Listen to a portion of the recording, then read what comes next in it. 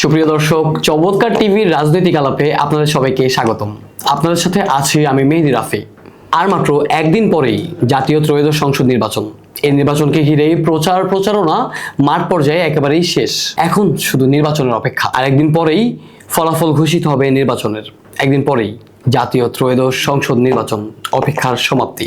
দর্শক, আমরা সবাই জানি অন্যান্য বারের থেকে এইবারের ত্রয়োদশ সংসদ নির্বাচন একটু ভিন্ন। এইবারে আমরা দুইটি জায়গায় ভোট প্রদান করব। আমরা আমাদের প্রার্থীকে ভোট প্রদান করব, আরেকটি হচ্ছে আমরা গণভোটে ভোট প্রদান করব। গণভোটে আমাদের কাছে দুইটি অপশন থাকবে, একটি হচ্ছে হ্যাঁ, আরেকটি হচ্ছে না। যদি হ্যাঁ ভোটে আপনি ভোট দেন তবে সংস্কার মানে সংবিধানের সংস্কার হবে জুলাই সনদ অনুযায়ী। আর যদি আপনি না ভোট দেন তবে সংবিধান আগের মতোই থাকবে, যেমনটা গত 17 বছর ধরে আমরা দেখে আসছি। আমি আজকে আপনাদের সামনে তুলে ধরবো, যদি গণভোটে হ্যাঁ ভোট জয়যুক্ত হয় তবে কি কি পরিবর্তন আসবে সংবিধানে, আর যদি না ভোট জয়যুক্ত হয় তবে কি কি পরিবর্তন আসবে না, সেই সব বিষয়ে আমি আজকে আপনাদের সাথে কথা বলবো। এবং এই গণভোট নিয়েই আমাদের আজকের এই আয়োজন। নির্বাচনকালীন সময়ে তত্ত্বাবধায়ক সরকার, নির্বাচন কমিশন এবং অন্যান্য সাংবিধানিক প্রতিষ্ঠান জুলাই সনদে বর্ণিত প্রক্রিয়ায় আলোকে গঠন করা হবে। আমরা এখন যেই নির্বাচন দেখতে পাচ্ছি, আমাদের তত্ত্বাবধায়ক সরকার গঠিত হয়েছে, তত্ত্বাবধায়ক সরকারের আওতায় এই নির্বাচন পরিচালিত হচ্ছে। কিন্তু গত 17 বছর কিন্তু আমরা এই নিয়মটি দেখিনি। গত 17 বছর শেখ হাসিনা ক্ষমতায় থাকা অবস্থায় নির্বাচন হয়েছিল এবং আমরা সকলেই জানি সেই নির্বাচনের অবস্থা কেমন ছিল। আগামী সংসদ হবে 2 কক্ষ বিশিষ্ট। জাতীয় সংসদ নির্বাচনে দলগুলোর প্রাপ্ত ভোটের অনুপাতে 100 জন সদস্য বিশিষ্ট একটি উচ্চ কক্ষ গঠিত হবে এবং সংবিধান সংশোধন করতে হলে উচ্চ কক্ষের সংখ্যাগরিষ্ঠ সদস্যদের অনুমোদন দরকার হবে। অর্থাৎ এইবারের সংবিধান মানে যদি গণভোট হ্যাঁ জয়যুক্ত হয় তবে সংবিধান 2 কক্ষ বিশিষ্ট হবে। 100 জন সদস্য বিশিষ্ট একটি উচ্চ কক্ষ গঠিত হবে যদি সংবিধানের সংশোধন করতে হয়। আমরা গত 17 বছর দেখেছি যে সংবিধানের সংশোধন করার ক্ষমতা ছিল আমাদের সাবেক প্রধানমন্ত্রীর হাতেই। তিনি নিজের ইচ্ছাতেই নিজের মতো করেই সংবিধানের সংশোধন করতেন এবং নিজের মতো করেই আইন প্রণয়ন করেছিলেন গত 17 বছর। কিন্তু যদি গণভোটে হ্যাঁ জয়যুক্ত হয় তবে সেই ধরনের সংবিধান সংস্কারের ব্যাপারটি হবে একটু ভিন্ন। সংবিধানের যে কোনো ধরনের সংস্কার করতে হলে উচ্চ কক্ষের 100 জন সদস্যদের রায় নিতে হবে। তারপরে সেই রায়ের ভিত্তিতেই সংবিধানের সংস্কারের কার্যক্রমটি গঠিত হবে। তারপরে আমরা আসছি 3 নম্বরে, সংসদের নারীর প্রতিনিধি বৃদ্ধি।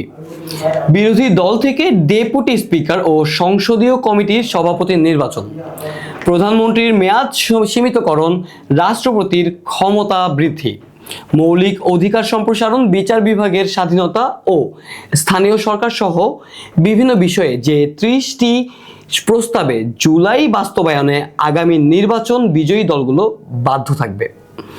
অর্থাৎ সংসদে আমরা জানি সকলেই যে 50টি আসন নারীদের জন্য বরাদ্দ এবং সেই 50টিরও অধিক আসন নারীদের জন্য বরাদ্দ করতে হবে গণভোটে হ্যাঁ জয়যুক্ত হয়। এবং সাবেক প্রধানমন্ত্রী শেখ হাসিনা নিজের দলেরই স্পিকার রেখেছেন, নিজের দলেরই ডেপুটি স্পিকার রেখেছেন, সবকিছুই ছিল আওয়ামীপন্থী।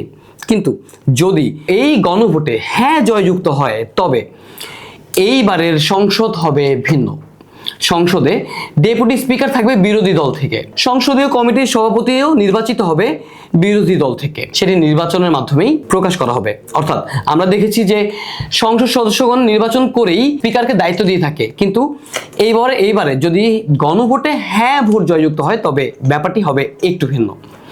তারপর আমরা আসছি প্রধানমন্ত্রীর মেয়াদ সীমিতকরণে।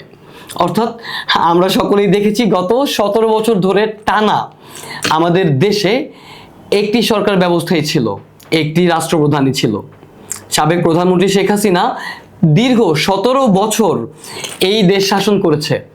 কিন্তু যদি গণভোটে হ্যাঁ জয়যুক্ত হয় তবে প্রধানমন্ত্রীর সময় হবে সীমিত। 2 মেয়াদের বেশি মানে যদি গণভোটে হ্যাঁ জয়যুক্ত হয় তবে 2 মেয়াদের বেশি প্রধানমন্ত্রীর ক্ষমতা থাকবে না বা প্রধানমন্ত্রী থাকতে পারবে না। নির্বাচনেও 2 মেয়াদের পরেও কোনো সরকার প্রধান আরো একবার নির্বাচিত হয় তবে তিনি পদত্যাগ করতে বাধ্য থাকবে। তারপর আমরা আসছি রাষ্ট্রপতির ক্ষমতা বৃদ্ধি। আমরা সকলেই জানি যে আমাদের বাংলাদেশের সংবিধান অনুযায়ী প্রধানমন্ত্রীর হাতেই রাষ্ট্রের সকল ক্ষমতা ন্যস্ত থাকে, এবং সেই দিক থেকেই যদি গণভোট হ্যাঁ জয়যুক্ত হয় তবে রাষ্ট্রপতির ক্ষমতা বৃদ্ধি করা হবে।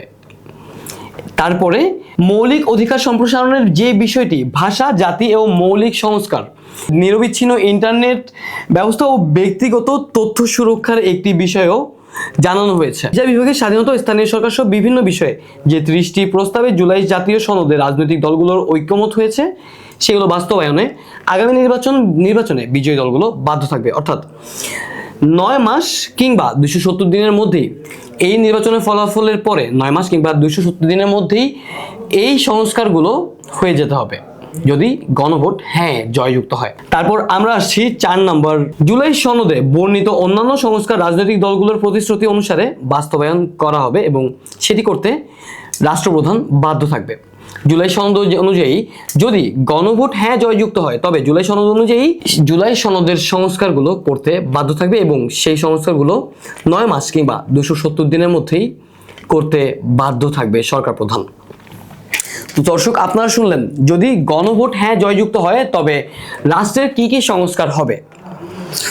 এবার বিষয়টা সম্পূর্ণ আপনাদের হাতে, জনগণের হাতে। দেশের জনগণই ঠিক করবে দেশের সংস্কার, দেশের সংবিধানের সংস্কার। আমি আপনাদের সামনে তুলে ধরেছি দেশের সংবিধানের সংস্কারের কথা। আমাদেরকে এই গণভোট নিয়ে আরও 37টি আইন সংস্কারের কথা বলা হয়েছে।